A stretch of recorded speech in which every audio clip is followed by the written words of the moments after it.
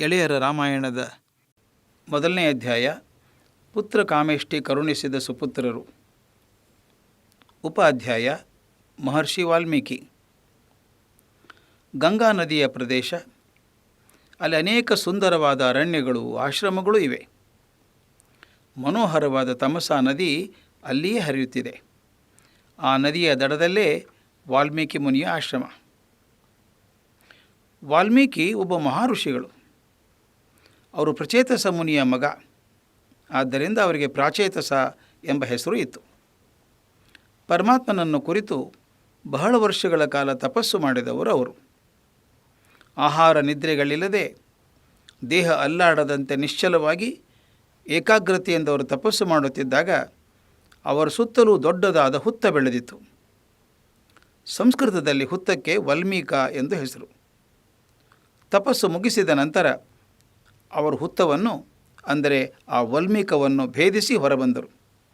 ಆದ್ದರಿಂದ ಅವರಿಗೆ ವಾಲ್ಮೀಕಿ ಎಂಬ ಹೆಸರು ಬಂತು. ಒಂದು ದಿನ ನಾರದ ಮುನಿಗಳು ವಾಲ್ಮೀಕಿ ಆಶ್ರಮಕ್ಕೆ ಬಂದರು.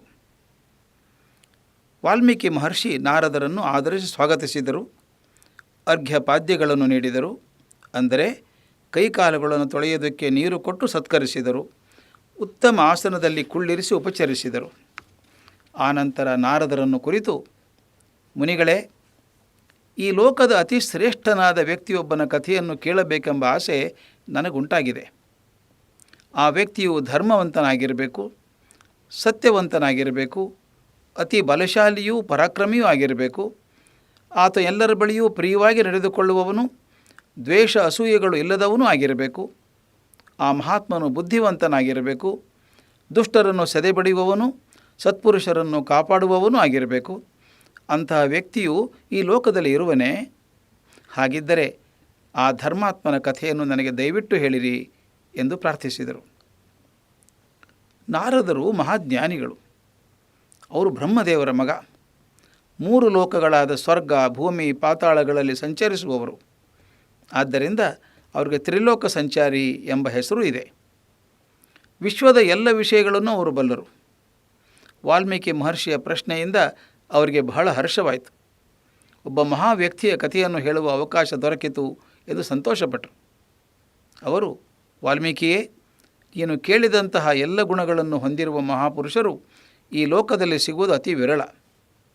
ಆದರೂ ಅಂತಹ ಗುಣವಂತನಾದ ಪುರುಷನೊಬ್ಬನಿದ್ದಾನೆ. ಆತನು ಇಕ್ಷ್ವಾಕು ವಂಶದವನು. ಅವನೇ ಶ್ರೀರಾಮ. ಶ್ರೀರಾಮನು ಮಹಾಪರಾಕ್ರಮಿಯೂ ಧೀರನೂ ಆಗಿದ್ದಾನೆ. ಅವನು ಸತ್ಯವಂತ, ನೀತಿವಂತ, ಬುದ್ಧಿವಂತ ಮತ್ತು ವಾಗ್ಮಿ. ಅವನು ಆಜಾನುಬಾಹು, ಅಂದರೆ ಉದ್ದವಾದ ತೋಳುಗಳುಳ್ಳವನು. ಅವನ ಎದೆ ವಿಶಾಲವಾಗಿದೆ. ಸುಲಕ್ಷಣವಾದ ಶಿರಸ್ಸನ್ನು ಅವನು ಹೊಂದಿದ್ದಾನೆ. ಅವನ ಶರೀರ ತುಂಬ ಆಕರ್ಷಕವಾಗಿದೆ. ಅವನ ಅವಯವಗಳೆಲ್ಲವೂ ದೇಹಕ್ಕೆ ತಕ್ಕ ಅಳತೆಯಲ್ಲಿ ಹೊಂದಿಕೊಂಡಿವೆ. ಮಿಂಚುವ ಮೈಕಾಂತಿಯಿಂದ ಕೂಡಿ ಅವನು ಸರ್ವಾಂಗ ಸುಂದರನಾಗಿದ್ದಾನೆ. ಶ್ರೀರಾಮನು ಧರ್ಮಜ್ಞನೂ, ಗುರು ಹಿರಿಯರಲ್ಲಿ ವಿಧೇಯನೂ, ಪ್ರಜೆಗಳ ಹಿತದಲ್ಲೇ ನಿರತರಾಗುವವನೂ ಆಗಿದ್ದಾನೆ. ಅವನು ಶತ್ರುಧ್ವಂಸಕ, ಶರಣಾಗತ ರಕ್ಷಕ. ಶ್ರೀರಾಮನು ಋಗ್ವೇದ, ಯಜುರ್ವೇದ, ಸಾಮವೇದ, ಅಥರ್ವಣ ವೇದಗಳನ್ನು ತಿಳಿದವನು. ವೇದಾಂಗಗಳಾದ ಶಿಕ್ಷಾ, ವ್ಯಾಕರಣ, ಛಂದಸ್ಸು, ಜ್ಯೋತಿಷ, ಕಲ್ಪ ಮತ್ತು ನಿರುಕ್ತಗಳನ್ನು ಬಲ್ಲವನು. ಅವನು ಸಕಲ ಶಾಸ್ತ್ರಗಳ ತತ್ವವನ್ನು ತಿಳಿದಿದ್ದಾನೆ. ಶ್ರೀರಾಮನು ಧನುರ್ವೇದದಲ್ಲಿ ಪ್ರವೀಣ. ವಿವಿಧ ಶಸ್ತ್ರಾಸ್ತ್ರ ವಿದ್ಯೆಗಳಲ್ಲಿ ಅವನು ವಿಶಾರದ. ಶ್ರೀರಾಮನು ಎಲ್ಲರ ಬಳಿಯೂ ಮೃದುವಾಗಿ ನಡೆದುಕೊಳ್ಳುತ್ತಾನೆ. ಅವನು ನ್ಯಾಯ ಅನ್ಯಾಯಗಳ ವಿಮರ್ಶೆಯಲ್ಲಿ ಪಕ್ಷಪಾತವಿಲ್ಲದೆ ವರ್ತಿಸುತ್ತಾನೆ. ಹೀಗಾಗಿ ನದಿಗಳು ಸಮುದ್ರದ ಬಳಿಗೆ ಹೋಗುವಂತೆ ಸಜ್ಜನರು ಯಾವಾಗಲೂ ಶ್ರೀರಾಮನ ಸನ್ನಿಧಿಗೆ ಹೋಗುತ್ತಿರುತ್ತಾರೆ. ಶ್ರೀರಾಮನು ಗಾಂಭೀರ್ಯದಲ್ಲಿ ಸಮುದ್ರ ರಾಜನಂತೆಯೂ ಧೈರ್ಯದಲ್ಲಿ ಹಿಮವಂತನಂತೆಯೂ ಇದ್ದಾನೆ. ಅವನು ವಿಷ್ಣುವಿನಂತೆ ಪರಾಕ್ರಮಿಯೂ ಚಂದ್ರನಂತೆ ಆನಂದವನ್ನು ಕೊಡುವವನೂ ಆಗಿದ್ದಾನೆ. ಅವನಿಗೆ ಕೋಪ ಬಂದರೆ ಕಾಲಾಗ್ನಿಯೇ ಸರಿ. ಆದರೆ ತಾಳ್ಮೆಯಲ್ಲಿ ಭೂಮಿದೇವಿಯ ಹಾಗೆ, ದಾನದಲ್ಲಿ ಕುಬೇರನ ಹಾಗೆ ಇದ್ದಾನೆ. ಸತ್ಯದಲ್ಲಿ ಸಾಕ್ಷಾತ್ ಧರ್ಮದೇವತೆಯ ಅಪರಾವತಾರ. ಇಂತಹ ಸರ್ವಗುಣಭೂಷಣನಾದ ಶ್ರೀರಾಮನು ದಶರಥ ಮಹಾರಾಜನ ಹಿರಿಯ ಪುತ್ರ. ಅವನು ಜನಕರಾಜನ ಮಗಳಾದ ಸೀತಾದೇವಿಯನ್ನು ವಿವಾಹವಾದನು. ಶ್ರೀರಾಮನಿಗೆ ರಾಜ್ಯಾಭಿಷೇಕವಾಗುವ ಸಮಯದಲ್ಲಿ ಅವನ ಚಿಕ್ಕಮ್ಮ ಕೈಕೇಯಿಗೆ ತನ್ನ ಮಗ ಭರತನೇ ರಾಜನಾಗಬೇಕು ಎಂಬ ದುರ್ಬುದ್ಧಿ ಹುಟ್ಟಿತು. ಅದಕ್ಕಾಗಿ ಅವಳು ಶ್ರೀರಾಮನು 14 ವರ್ಷ ವನವಾಸಕ್ಕೆ ಹೋಗಬೇಕೆಂದು ಅಪೇಕ್ಷಿಸಿದಳು. ಚಿಕ್ಕಮ್ಮನ ಇಚ್ಛೆಯಂತೆ ಶ್ರೀರಾಮನು ತನ್ನ ಪತ್ನಿಯೊಡನೆ ಕಾಡಿಗೆ ಹೋದನು. ಅವನು ಕಾಡಿನಲ್ಲಿದ್ದಾಗ ರಾವಣನೆಂಬ ರಾಕ್ಷಸನು ಸೀತೆಯನ್ನು ಮೋಸದಿಂದ ಅಪಹರಿಸಿದನು. ಶ್ರೀರಾಮನು ಸೀತೆಯನ್ನು ಹುಡುಕುತ್ತಾ ಕಿಷ್ಕಿಂಧೆಗೆ ಹೋಗಿ ಸುಗ್ರೀವನೆಂದ ಕಪಿವೀರನ ಸ್ನೇಹ ಬೆಳೆಸಿದನು. ಸುಗ್ರೀವನ ಸಹಾಯದಿಂದ ರಾವಣನ ರಾಜ್ಯವಾದ ಲಂಕೆಯ ಮೇಲೆ ದಾಳಿ ಮಾಡಿದನು. ರಾವಣನನ್ನು ಕೊಂದು ಸೀತೆಯನ್ನು ಮರಳಿ ಪಡೆದನು. ಅರಣ್ಯವಾಸದ ಅವಧಿ ಮುಗಿದ ನಂತರ ಅಯೋಧ್ಯೆಗೆ ಹಿಂದಿರುಗಿ ಎಲ್ಲರ ಅಪೇಕ್ಷೆಯಂತೆ ಪಟ್ಟಾಭಿಷಿಕ್ತನಾದನು ಎಂದು ಶ್ರೀರಾಮನ ಕಥೆಯನ್ನು ಸಂಕ್ಷಿಪ್ತವಾಗಿ ಹೇಳಿದರು. ನಾರದರು ಹೇಳಿದ ಕಥೆ ಅದ್ಭುತವಾಗಿತ್ತು.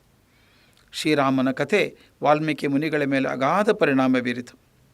ಮಹರ್ಷಿಗಳು ತುಂಬ ಪ್ರಭಾವಿತರಾದರು.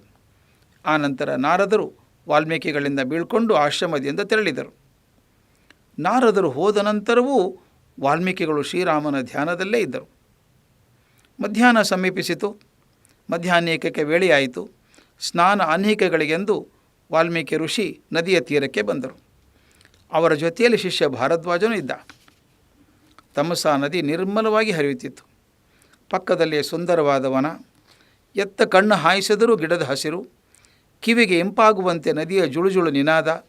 ಪ್ರಕೃತಿಯ ಸೌಂದರ್ಯವನ್ನು ಹೆಚ್ಚಿಸುವಂತೆ 2 ಕ್ರೌಂಚ ಪಕ್ಷಿಗಳು ಅಲ್ಲಿಯೇ ಹಾರಾಡುತ್ತಾ ಆಡುತ್ತಾ ಇದ್ದವು. ವಾಲ್ಮೀಕಿಗಳಿಗೆ ಈ ಸೊಬಗನ್ನು ನೋಡಿ ಆನಂದವಾಯಿತು. ಪ್ರಕೃತಿ ಸೌಂದರ್ಯವನ್ನು ಸವಿಯುತ್ತಾ ಹಾಗೆಯೇ ನಿಂತರು. ಮಹರ್ಷಿಗಳು ನೋಡುತ್ತಿದ್ದ ಹಾಗೆಯೇ ಬೇಡನೊಬ್ಬ ಆ ಕ್ರೌಂಚ ಪಕ್ಷಿಯ ಜೋಡಿಯಲ್ಲಿ ಗಂಡು ಹಕ್ಕಿಯನ್ನು ಬಾಣದಿಂದ ಹೊಡೆದು ಬಿಟ್ಟ. ಮೈಯೆಲ್ಲ ರಕ್ತಮಯವಾಗಿ ಹಕ್ಕಿ ನೆಲದ ಮೇಲೆ ಬಿದ್ದು ಹೊರಳಾಡಿ ಸತ್ತು ಹೋಯಿತು. ಅದರ ಸಂಗಾತಿ ಹೆಣ್ಣು ಹಕ್ಕಿಯು ದೈನ್ಯದಿಂದ ಕೂಗಲಾರಂಭಿಸಿತು.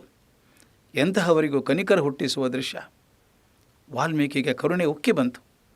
ಬೇಡ ಮಾಡಿದ ಕೆಲಸ ತಪ್ಪು ಎನಿಸಿತು ಅವರಿಗೆ.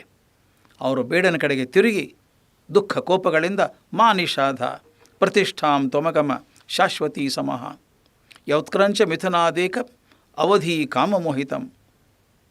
ಅಕಾರಣವಾಗಿ ಹಕ್ಕಿಯನ್ನು ಕೊಂದ ಹೇ ಅನ್ಯಾಯಿ, ನಿನ್ನ ಪಾಪದ ಫಲವಾಗಿ ನೀ ಈ ಕೂಡಲೇ ಸಾಯಿ ಎಂದು ಉದ್ಗರಿಸಿದರು.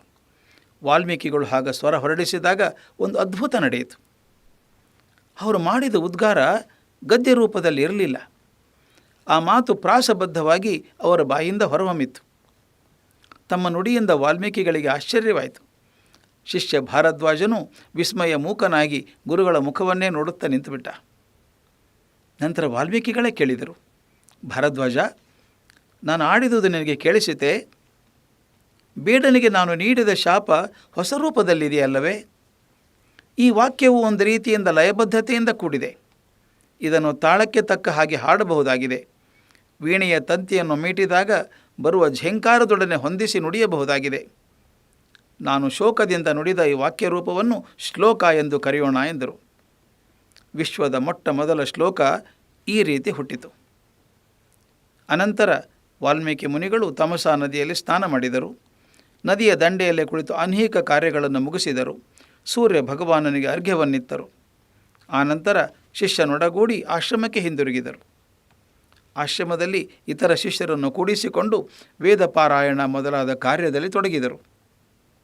ಇಷ್ಟಾದರೂ ಅವರ ಮನಸ್ಸು ಮಾತ್ರ ಬೇಡನು ಕ್ರೌಂಚ ಪಕ್ಷಿಯನ್ನು ಕೊಂದದ್ದನ್ನು, ತಾವು ಅವನಿಗೆ ಶ್ಲೋಕ ರೂಪದಲ್ಲಿ ಶಾಪ ಕೊಟ್ಟದ್ದನ್ನು ಮತ್ತೆ ಮತ್ತೆ ಮೆಲುಕು ಹಾಕುತ್ತಿತ್ತು. ಅದೇ ವೇಳೆಗೆ ವಾಲ್ಮೀಕಿ ಮುನಿಗಳ ಆಶ್ರಮಕ್ಕೆ ಬ್ರಹ್ಮದೇವರು ಬಂದರು.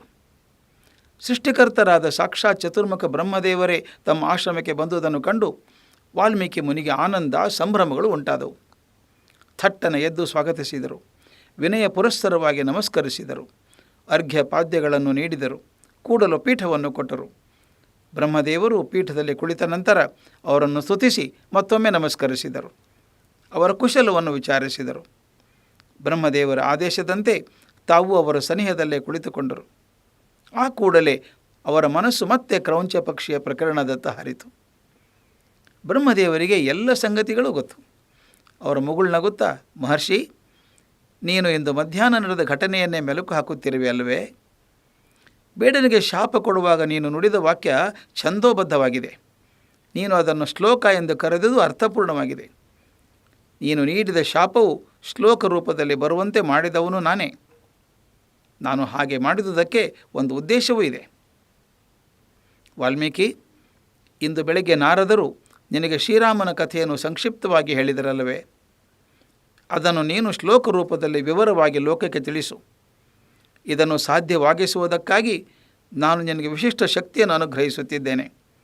ಶ್ರೀರಾಮನ ಚರಿತ್ರೆಯು ನಿನ್ನ ಕಣ್ಣೆದುರಿಗೆ ನಡೆದಂತೆ ಸಂಪೂರ್ಣವಾಗಿ ನಿನಗೆ ಗೋಚರವಾಗಲಿ. ನಾರದರು ಹೇಳದೆ ಬಿಟ್ಟ ಅಂಶಗಳು ನಿನಗೆ ತಿಳಿಯಲಿ. ಶ್ರೀರಾಮನ ಪುಣ್ಯಕಥೆಯನ್ನು ನೀನು ಶ್ಲೋಕಗಳಿಂದ ಮನೋಹರವಾಗಿ ಚಿತ್ರಿಸು. ನೀನು ರಚಿಸುವ ಈ ಕಾವ್ಯದಲ್ಲಿ ಒಂದು ಮಾತೂ ಸುಳ್ಳಾಗದು. ಇದರಲ್ಲಿ ಉತ್ಪ್ರೇಕ್ಷೆಯಾಗಲಿ ಕವಿತಾ ಕಲ್ಪನೆಯಾಗಲಿ ಇರುವುದಿಲ್ಲ. ಆದ್ದರಿಂದ ಇದು ಪುಣ್ಯಕಾವ್ಯವೂ ಮಹಾಕಾವ್ಯವೂ ಆಗುತ್ತದೆ. ವಿಶ್ವದಲ್ಲಿ ಸೂರ್ಯ ಚಂದ್ರರು ಬೆಳಗುವವರೆಗೆ, ಆಕಾಶದಲ್ಲಿ ನಕ್ಷತ್ರಗಳು ಮಿನುಗುವವರೆಗೆ, ಭೂಮಿಯಲ್ಲಿ ನದಿಗಳು ಹರಿಯುವವರೆಗೆ, ಪರ್ವತಗಳು ಅಚಲವಾಗಿ ನಿಂತಿರುವವರೆಗೆ ಈ ಕಾವ್ಯವನ್ನು ಜನರು ಓದುತ್ತಾರೆ. ಈ ಆದಿ ಕಾವ್ಯವನ್ನು ಬರೆದು ನೀನು ಆದಿ ಕವಿಯಾಗುತ್ತೀಯೇ, ನಿನಗೆ ಶುಭವಾಗಲಿ ಎಂದು ಹೇಳಿ ಬ್ರಹ್ಮದೇವರು ತೆರಳಿದರು. ಬ್ರಹ್ಮದೇವರು ಹೊರಟು ಹೋದ ಮೇಲೆ ವಾಲ್ಮೀಕಿ ಋಷಿ ಮಾ ನಿಷಾಧ ಪ್ರತಿಷ್ಠಾಂ ತ್ವಮಗಮ ಶಾಶ್ವತೀ ಸಮಃ ಎಂಬ ಶ್ಲೋಕವನ್ನು ಮತ್ತೆ ಮತ್ತೆ ಮನಸ್ಸಿನಲ್ಲೇ ಹೇಳಿಕೊಳ್ಳಲಾರಂಭಿಸಿದರು. ಇದರಿಂದ ಶೋಕಮಯವಾದ ಆ ಮಾತು ಶ್ಲೋಕ ರೂಪದಲ್ಲಿ ಅವರ ಮನಸ್ಸಿನಲ್ಲಿ ದೃಢವಾಗಿ ನಿಂತಿತು. ನಾರದರು ಹೇಳಿದ ಶ್ರೀರಾಮನ ಕಥೆಯನ್ನು ಅವರು ಮನಸ್ಸಿನಲ್ಲೇ ಮೆಲುಕು ಹಾಕಿಕೊಂಡರು. ಬ್ರಹ್ಮದೇವರ ಅನುಗ್ರಹದಿಂದ ಈ ಕಥೆಯ ಎಲ್ಲ ಘಟನಾವಳಿಗಳು ಅವರಿಗೆ ಗೋಚರವಾದವು. ಆ ಕಾವ್ಯದ ವಿವಿಧ ಪಾತ್ರಧಾರಿಗಳು ಅವರ ಕಣ್ಣ ಮುಂದೆ ನಲಿದಾಡಿದರು. ಆ ಪಾತ್ರಗಳು ನಕ್ಕಿದ್ದು, ಅತ್ತಿದ್ದು, ಮಾತನಾಡಿದ್ದು, ಹೋದದ್ದು, ಬಂದದ್ದು, ಅವರ ಉಡುಗೆ ತೊಡುಗೆ ಎಲ್ಲವೂ ವಾಲ್ಮೀಕಿಗಳಿಗೆ ತಮ್ಮ ತಪಪ್ರಭಾವದಿಂದ ಕಾಣಿಸಿತು. ಇಡೀ ರಾಮಾಯಣದ ವೃತ್ತಾಂತ ಅವರ ಮನಸ್ಸಿನಲ್ಲಿ ಸಂಪೂರ್ಣವಾಗಿ ಮೂಡಿಬಂತು. ನಾರದರು ತಮಗೆ ಸಂಗ್ರಹವಾಗಿ ಹೇಳಿದ್ದ ಕಥೆಯನ್ನು ಅವರು ಅದೇ ಕ್ರಮದಲ್ಲಿ 24,000 ಶ್ಲೋಕಗಳನ್ನು ಒಳಗೊಂಡ ಮಹಾಗ್ರಂಥವಾಗಿ ಬರೆದರು. ಹೀಗೆ ಅಮೂಲ್ಯ ರತ್ನಗಳನ್ನು ಒಳಗೊಂಡ ರಾಮಾಯಣವೆಂಬ ಮಹಾಕಾವ್ಯವನ್ನು ವಾಲ್ಮೀಕಿ ಮಹರ್ಷಿ ರಚಿಸಿದರು. ಕಾವ್ಯವು ಬಹಳ ಸುಂದರವಾಗಿ ಬಂತು. ಅದು ಶೃಂಗಾರ, ವೀರ, ಕರುಣ, ಅದ್ಭುತ, ಹಾಸ್ಯ, ಭಯಾನಕ, ಭೀಭತ್ಸ್ಯ, ರೌದ್ರ ಮತ್ತು ಶಾಂತ ಎಂಬ ನವರಸಗಳಿಂದ ತುಂಬಿತ್ತು.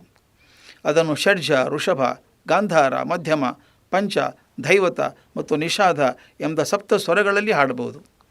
ವೀಣೆಯಲ್ಲಿ ಲಯಬದ್ಧವಾಗಿ ನುಡಿಸಬಹುದು. ಇಂತಹ ಮನೋಹರವಾದ ಕಾವ್ಯವನ್ನು ಕಂಡು ವಾಲ್ಮೀಕಿಗಳ ಶಿಷ್ಯರು ಆನಂದಿತರಾದರು. ಕಾವ್ಯವನ್ನು ರಚಿಸಿದ ನಂತರ ವಾಲ್ಮೀಕಿ ಮುನಿ ತಮ್ಮ ಆಶ್ರಮದಲ್ಲಿದ್ದ ಲವಕುಶರನ್ನು ಕರೆಸಿದರು. ಲವಕುಶರು ರಾಜಪುತ್ರರು, ಅವಳಿ ಮಕ್ಕಳು.